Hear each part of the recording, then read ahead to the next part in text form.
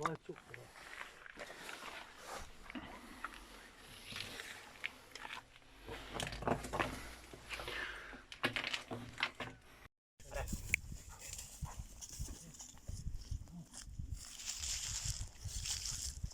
Nerede oğlum? Göster. Tepki var buraya bunun. Tamam. Topunu verelim. Gel. İmdat hadi.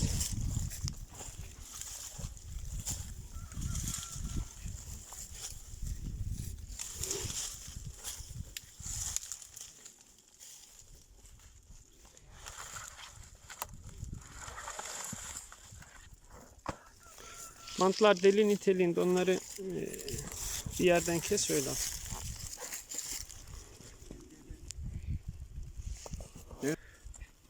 Devam.